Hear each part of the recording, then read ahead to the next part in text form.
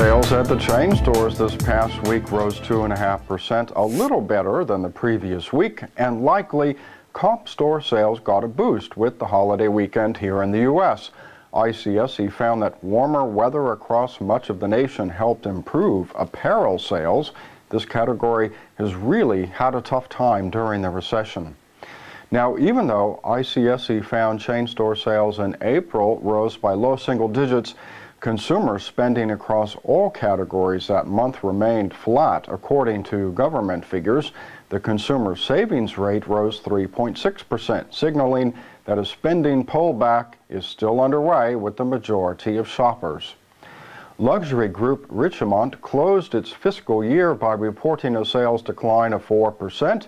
Jewelry sales fell 3% to $3 billion. Overall, the only geographic region to report a sales increase during the year was Asia Pacific, excluding Japan. Sales fell 11% in Europe and dropped 20% in the Americas. Company profits were 44% lower at $732 million. The International Gem Tower in Manhattan was designated Foreign Trade Zone status by the U.S. Department of Commerce. This will permit building occupants to import goods and defer customs duties until merchandise is sold within the U.S. No duty will be required on re-export of goods either. Extell Development expects to complete the tower on 47th Street late in year 2012.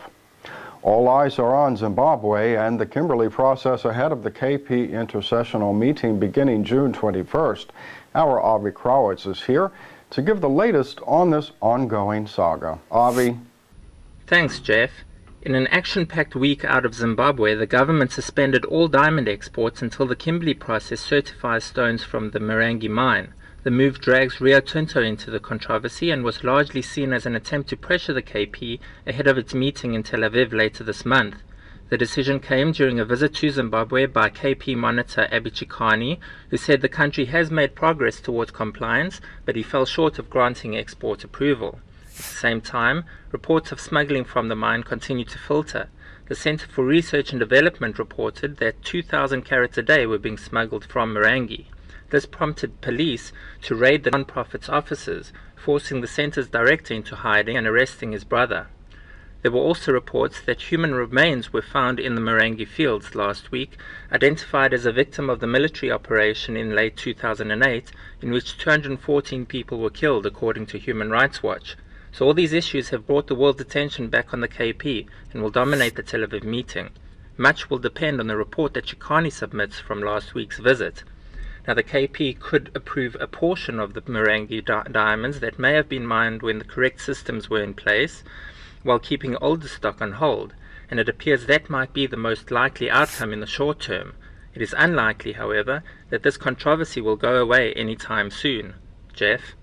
Thank you, Avi. We'll be keeping a close watch on these developments as the country continues to work through compliance issues. Time now to check on how precious metals prices performed this week. For all the latest industry news, be sure to visit diamonds.net.